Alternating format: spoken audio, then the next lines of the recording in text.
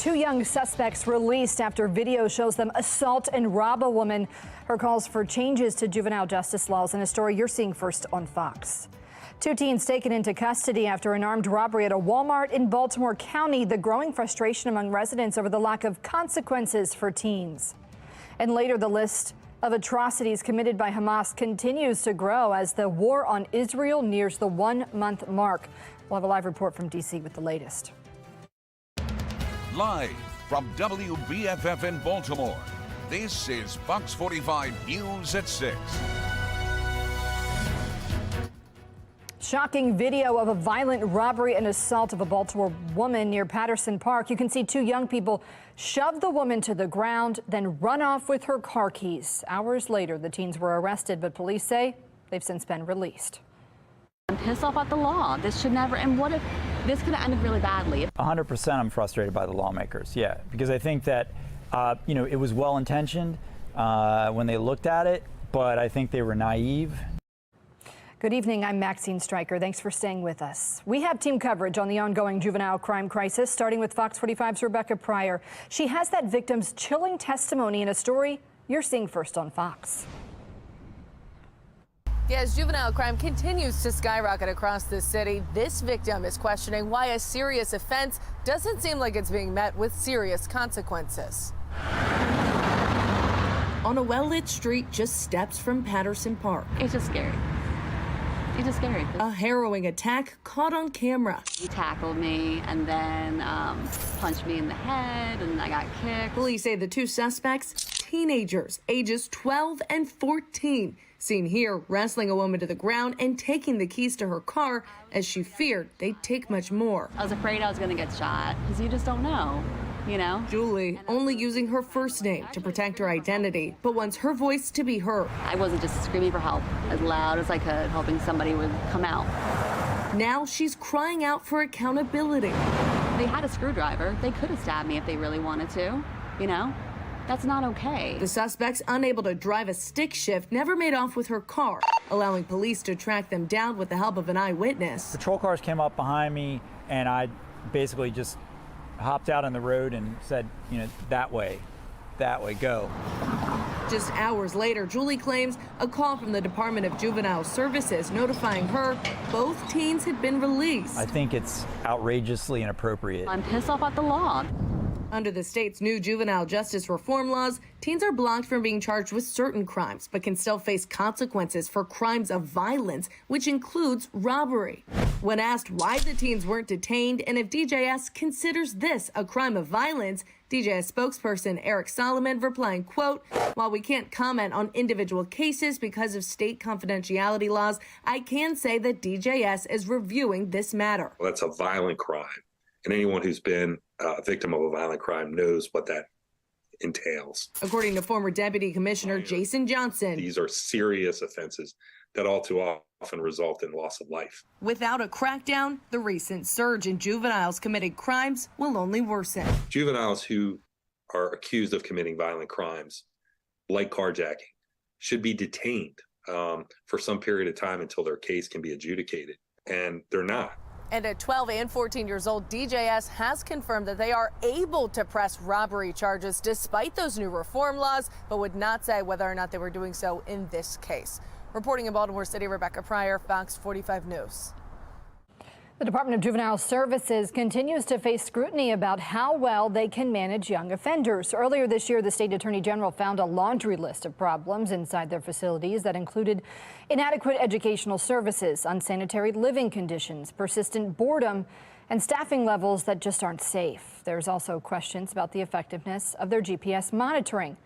This summer, a teen under their supervision was linked to Baltimore's deadliest mass shooting. Fox 45 News found back in August 103 youth were under GPS monitoring, but just 14 DJS staff were assigned to supervise them.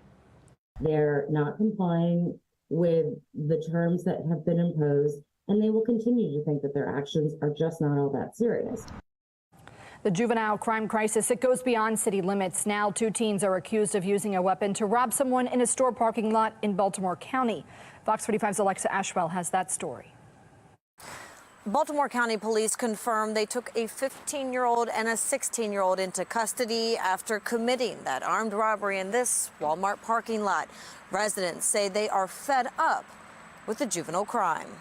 It was here in this Walmart parking lot in Baltimore County's Perry Hills community that police say two teens targeted someone, following them from a nearby bus stop and then robbing them at gunpoint in broad daylight late yesterday afternoon. I don't understand why, with all the patterns of behavior with the young folks, that they continue to just not do anything about it. Neighbors expressing their frustration. I leave early, come home early. Don't go out at night. Day after day, learning of another crime committed by a juvenile, and then not knowing if that juvenile was held accountable or if the punishment will lead to changed behavior. Police and prosecutors across the state pleading for changes to laws that they say serve as roadblocks in holding young people accountable. I think that the young people have been taught that they have a lot of rights. They've been socialized to behave like adults. That's the problem. What do you think about the lack of consequence? A lot of times That's what I'm trying to tell you. They know it. Sometimes the adults get the young people to do it, to commit the crimes because they know that there's no consequence for them. A lack of consequence. In this case, Baltimore County Police say they were able to track down the two teen suspects, ages 15 and 16, and take both into custody. The weapon investigators determined was an airsoft gun, also recovered. But investigators aren't saying how they'll be held accountable. Baltimore County Police writing in part, due to their ages, some information is unable to be shared. I asked Baltimore County Police what charges, if any, these two teens are facing. I'm still waiting to hear back. In Baltimore County, Alexa Ashwell, Fox 45 News. And next week, lawmakers will question DJS Secretary Vincent Schiraldi. In September, he testified before lawmakers in a 5-hour hearing on juvenile crime. The focus was the Juvenile Justice Reform Act and the Juvenile Interrogation Protection Act. Critics say those two laws specifically contribute to the rise in youth crime that we're seeing. This legislation has put our children at risk, our communities at risk, and the entire state at risk of extreme chronic violence. Nationally and in Maryland, as juvenile incarceration has declined, so has juvenile crime. The statements of the secretary about the falling numbers in terms of juvenile crime that's not what we've seen here in Montgomery County.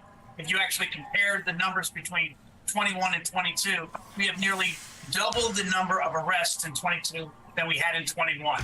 When we only talk about quote unquote accountability, which is now becoming the code word for locking up black and brown children, we're only speaking to what the problem is. Young people are dying in the streets, and despite this, it doesn't sound like you think that anybody should be really held accountable, even kids who are illegally in possession of a firearm. We need to stop making excuses for these kids. They know exactly what they're doing.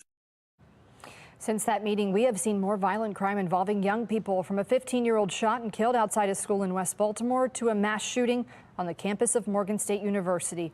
We're also seeing a rise in car thefts fueled by young people. Just last week, we told you about a 12-year-old in Montgomery County who police say is behind 12 bomb threats. That teen did not face any consequences because of the recent changes in state law. For more of our coverage on juvenile crime, including concerns from police, parents, and prosecutors, head to our website, foxbaltimore.com.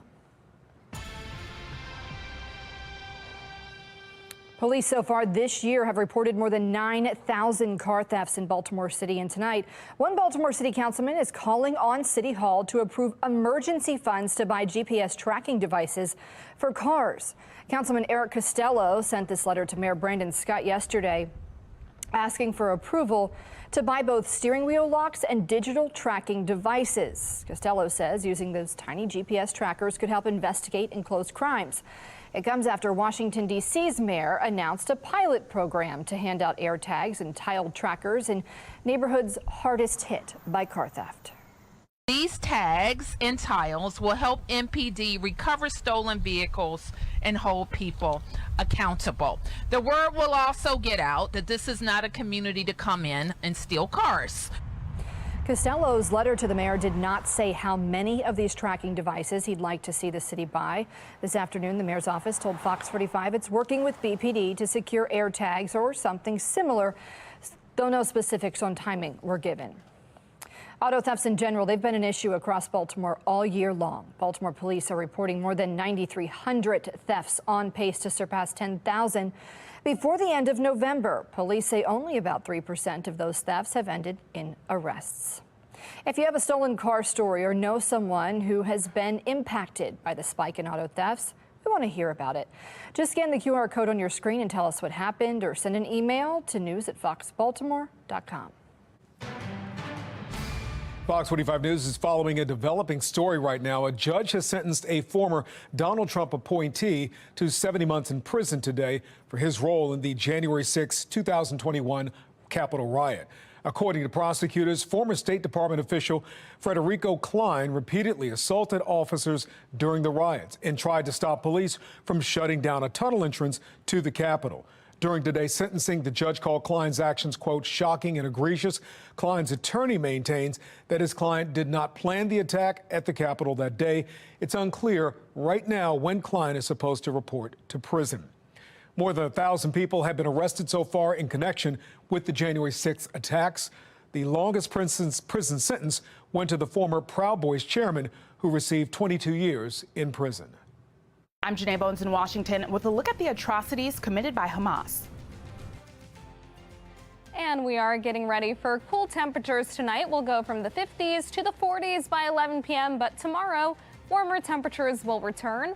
I'll let you know what to expect for the weekend in my Weather Authority forecast.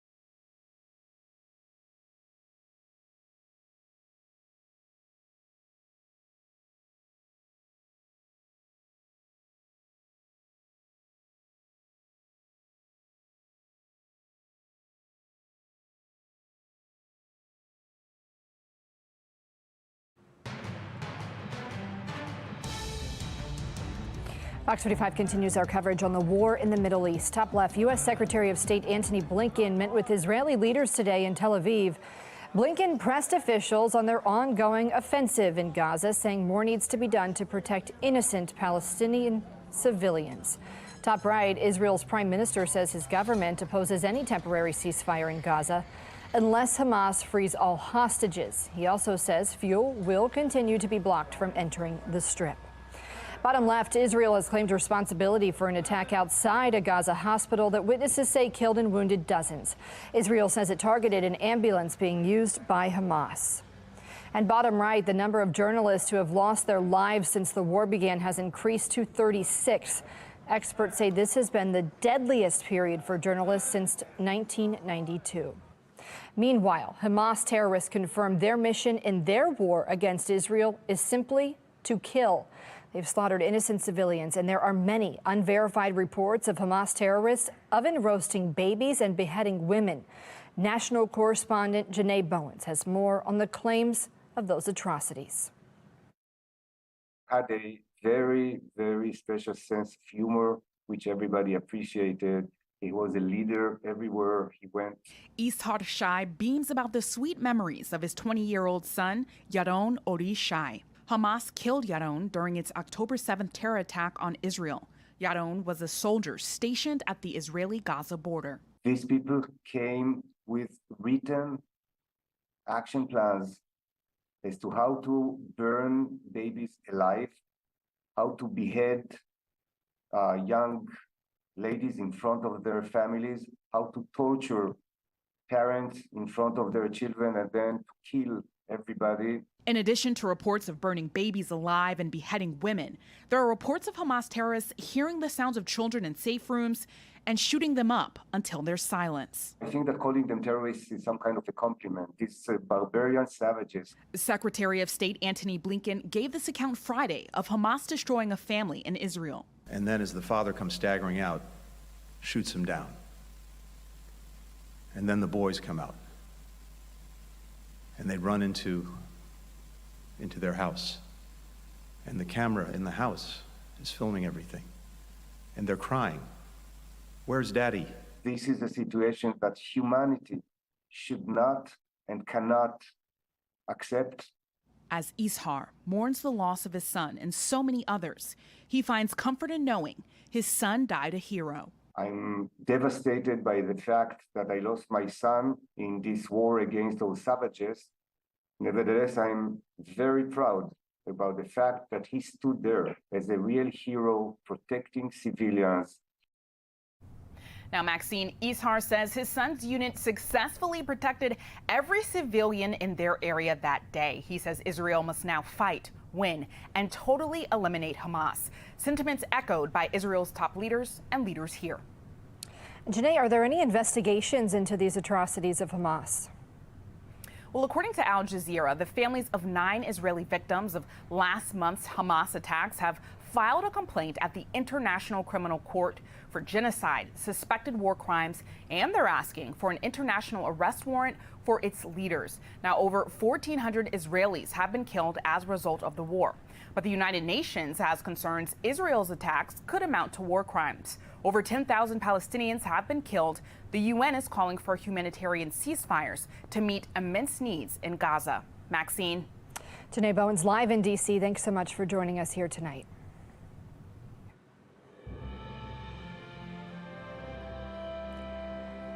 Family, friends, and the firefighting community came together today to remember Baltimore Captain Dylan Rinaldo. Rinaldo was one of 2 firefighters who died fighting a Northwest Baltimore row home fire last month. His funeral was held at the Cathedral of Mary Our Queen, and he was laid to rest at the Delaney Valley Memorial Gardens in Timonium. His loved ones say they will always remember the 26-year-old for his generous heart and heroic courage. He was fiercely loyal, protective, and steady. He told my parents he would love me endlessly, a statement that remains true. He was the love of my life, and I love him endlessly. On October 19th, 2023, Dylan responded to his last alarm. He approached this response, as he had countless others, with thought and purpose. He performed heroically and valiantly in the face of unexpected adverse conditions. EMT firefighter Rodney W. Pitts III was also killed in that fire. He was laid to rest just last week. We are getting ready for a nice and cool night. Temperatures will drop to the 40s and eventually the 30s as we deal with chilly temperatures. But the good news is that we are in for a nice warm up as we head into the weekend, and you will notice that big change in temperature. So currently we're seeing numbers in the mid 50s. The sun has now set, but this is going to be much earlier on Sunday. We're talking a sunset of 5:01 p.m. Across the state, temperatures mainly in the 50s, still with nice and clear conditions. And compared to this time yesterday, it is much warmer with some areas over 10 degrees higher. This trend will continue over the next few days as we approach the 70s.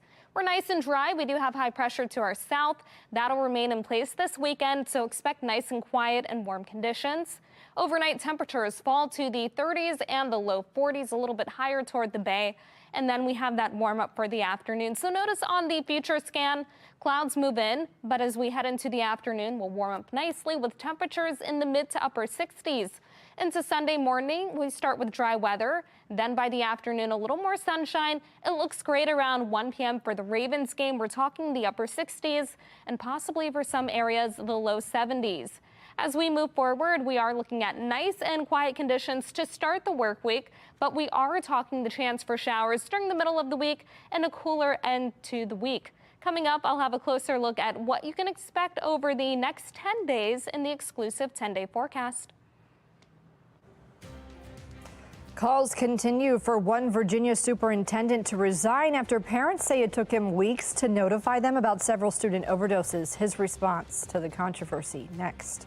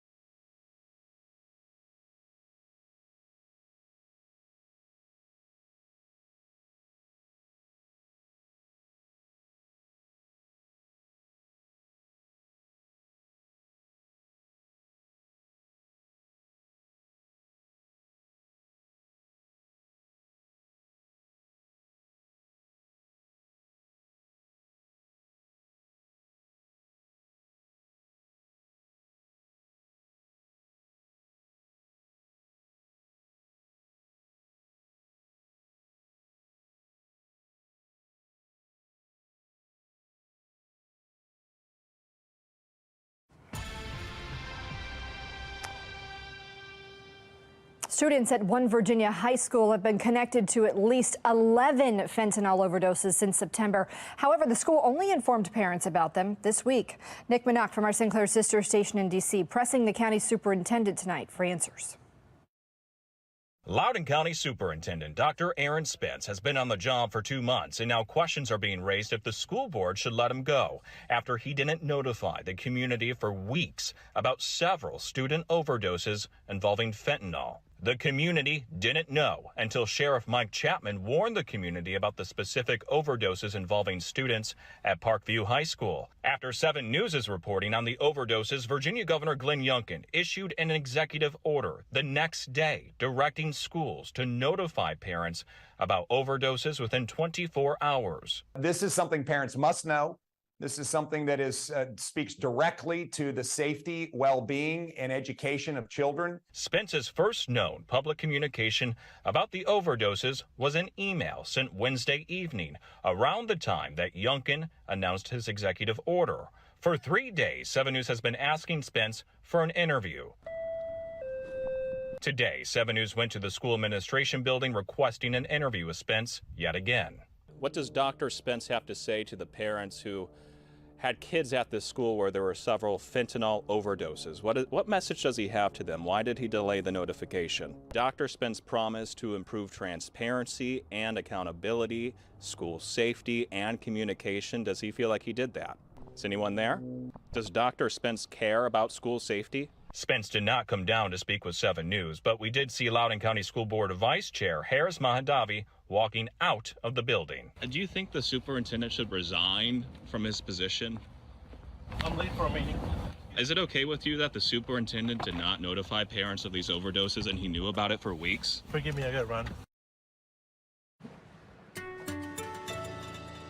We are getting ready for chilly temperatures tonight. We will drop to the 30s and 40s, and then tomorrow a nice warm up as highs reach 67. Make sure that before you go to sleep, you set your clocks back. We'll gain an hour of sleep as daylight saving time ends. Then 68 on Sunday, great for the Ravens game. 60s on Monday, and then up and down temperatures for the rest of the week, cooler into the weekend. Maxine? Well, finally tonight, the Maryland Zoo has announced some brand new events to help bring in the holiday season. The event series is called Holly Days. Each holiday weekend will have a different theme. It all starts November 24th and runs through December 17th. That's all for Fox 45 News at 6. Family Feud is next. We'll see you again tonight at 10. Have a great night.